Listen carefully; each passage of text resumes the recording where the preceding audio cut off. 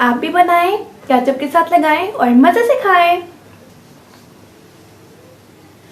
लेकिन रेसिपी को कंप्लीट रखें ताकि आप इसे मज़े से बनाएं और खाएं।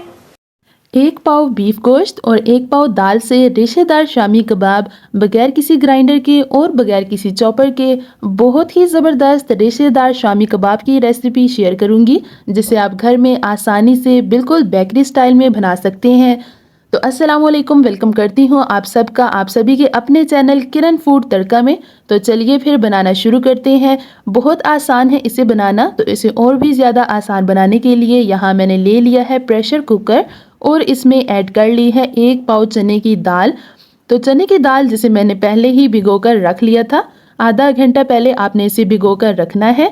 साथ ही हम इसमें ऐड कर लेंगे 1 अदद बड़े साइज का प्याज, जिसे मैंने कुछ इस तरह से कटिंग कर लिया था। तो अभी इसमें ऐड कर लेंगे अदरक लहसुन। ये कबाब बिल्कुल भी नहीं टूटेंगे, बाहर से क्रिस्पी क्रंची और अंदर से जूसी और बेहद सॉफ्ट और मज़ेदार बनेंगे। साथ ही हमने इसमें ऐड कर लिया है साबुत खुश्क धनिया 1 टेबल स्पून, गरम मसाला इसमें जाएगा 1 टेबल स्पून, 1 टेबल स्पून भर के इसमें ऐड कर रही हूँ। नेक्स्ट इसमें जाएंगे कुछ मिसाले, जिनमें है जी मेरे पास सबसे पहले काली मिर्चें, हाफ टी स्पून इसमें जाएंगी काली मिर्चें, हल्दी इसमें जाएगी 1 टीस्पून, लाल मिर्च पाउडर जाएगा 1 टेबल स्पून, लाल मिर्च कुटी हुई इसमें जाएगी 1 टीस्पून। अगर आपके पास साबुत लाल मिर्च है तो वो ऐड कर सकते हैं। कसूरी मेथी 1 टीस्पून, नमक 1 टीस्पून, लौंग इसमें हम ऐड करेंगे 5 से 6 अदद। ये तमाम चीज़ें हमने इसमें ऐड कर लेनी है। और फिर इसमें जाएगा मज़ेदार सा बीफ गोश्त। आप कोई सा भी गोश्त यहाँ ले सकते हैं, चिकन हो मटन हो, जो भी आप ऐड करना चाहें। ये ऐड करने के बाद हम इसमें ऐड कर लेंगे पानी। तो पानी का इसमें खासा ख्याल रखना है, चने की दाल और पानी का ही मेन आपने इसमें ख्याल रखना है। तो पानी हम इसमें इतना ऐड करेंगे जिसमें ये तमाम चीज़ें कुछ इस तरह से डिप हो जाएं और थोड़ा थोड़ा सा नज़र आए, इतना पानी ऐड करेंगे हम इसमें। तो अब हम इसे 35 मिनट के लिए बंद कर लेंगे। तो देखिए जी 35 मिनट गुजरने के बाद हमारी दाल गोश्त कुछ इस तरह से हो गई है, बहुत ही अच्छी तरह से बॉयल हो गई है। पानी मुकम्मल तौर पर इसका ड्राई हो गया है और गोश्त भी बहुत अच्छी तरह से गल गया है। तो अब हम इसे कुछ इस तरह से मिक्स कर लेंगे और इसे थोड़ा सा ठंडा होने के लिए छोड़ देंगे।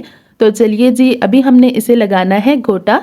तो जो चीज़ें भी हमने इसमें ऐड की थी ताकि वो तमाम चीज़ें मलियामेट हो जाएं, इसी तरह से हमारे कबाब जो हैं वो बहुत ही ज़्यादा रेशेदार बन के तैयार होंगे और खाने में और भी ज़्यादा मज़ेदार होंगे। जितना अच्छे से हम इस टाइम पे इसे घोटा लगाएंगे ना, तो उतने ही अच्छी तरह से इसके रेशेदार कबाब बनेंगे और उतना ही टेस्टी होगा। अगर आप कबाब इस तरह से बनाएंगे तो आपके कबाब कभी भी नहीं टूटेंगे।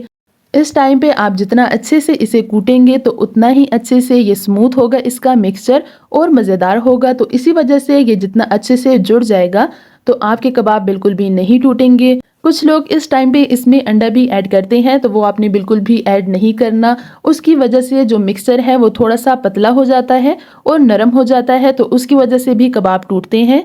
तो ये देखिए जी कबाब का मिक्सचर बिल्कुल रेडी है।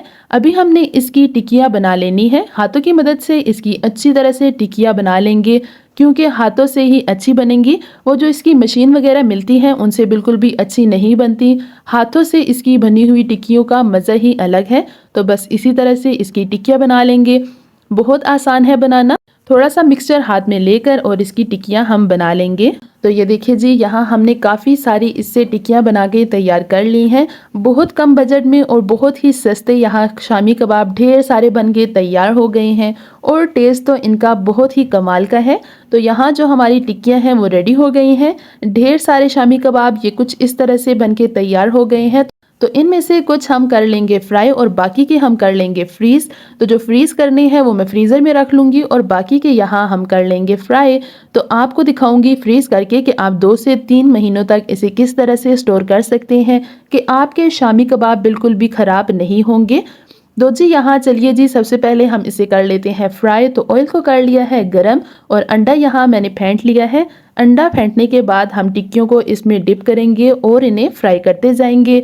तो हमने इसे बिल्कुल भी ओवर कुक नहीं करना, वरना जो इसका कलर है वो ख़राब हो जाएगा, क्योंकि अंदर से ये अच्छी तरह से रेडी है और अंदर से अच्छी तरह से पकी हुई है। तो इसीलिए हमने इसे जस्ट बाहर से थोड़ा सा क्रिस्पी करना है ताकि ये खाने के लिए और भी ज़्यादा मज़े की लगे।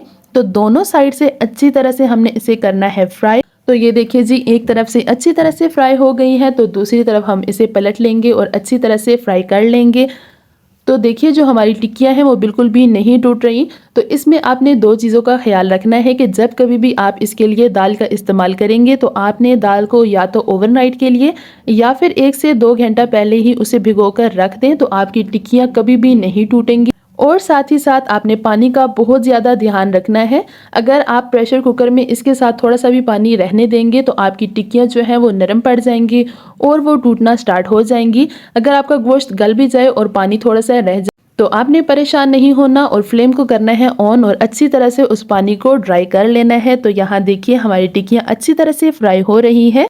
तो देखिए जी हमारी टिक्कियाँ अच्छी तरह से फ्राई हो गई हैं। तो चलिए जी अभी हम इन्हें निकाल लेंगे और मैं आपको दिखाती हूँ कि जो टिक्कियाँ मैंने फ्रीज की हैं वो किस तरह से हम स्टोर करेंगे। तो देखिए जी इन्हें हमने फ्रीजर में रख लिया था और अब हम इन्हें ट्रे में से निकाल के एयर टाइट बॉक्स में स्टोर कर लेंगे। तो ये देखिए बिल्कुल भी ये खराब नहीं होंगी। देखते ही ये कितनी प्यारी लग रही हैं। बहुत कमाल, आसान और सस्ती सी रेसिपी है। इसी तरह से आप ढेर सारे शामी कबाब बनाकर तैयार कर सकते हैं और मेहमानों के लिए या फिर अपने बच्चों के लिए इसे स्टोर कर सकते हैं। चिकन, बीफ या फिर मटन जिससे भी आप बनाना चाहें, बहुत आसानी से ये बन के तैयार हो जाएंगी। तो चलिए जी अभी हम इन्हें कर लेंगे सर्व और गर्मा गर्म कबाब सर्व करेंगे हम केचप के साथ। बहुत ही मज़े के लगते हैं शामी कबाब केचप के साथ खाने में।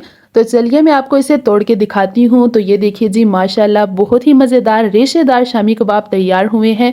इंशाल्लाह ताला आप सभी को बेहद पसंद आने वाले हैं। आप भी इसे ज़रूर ट्राई करिएगा। बहुत कमाल की रेसिपी है। आई होप सो कि आपको मेरी आज की रेसिपी बहुत ज़्यादा पसंद आई होगी। वीडियो थोड़ी सी भी अच्छी लगी हो तो प्लीज़ इसे लाइक, कॉमेंट और शेयर ज़रूर कर दें। चैनल पे नए हैं तो इसे सब्सक्राइब कर दें। मिलूंगी आपसे नेक्स्ट और मज़ेदार सी रेसिपी के साथ। तब तक के लिए टेक केयर, अल्लाह हाफिज़।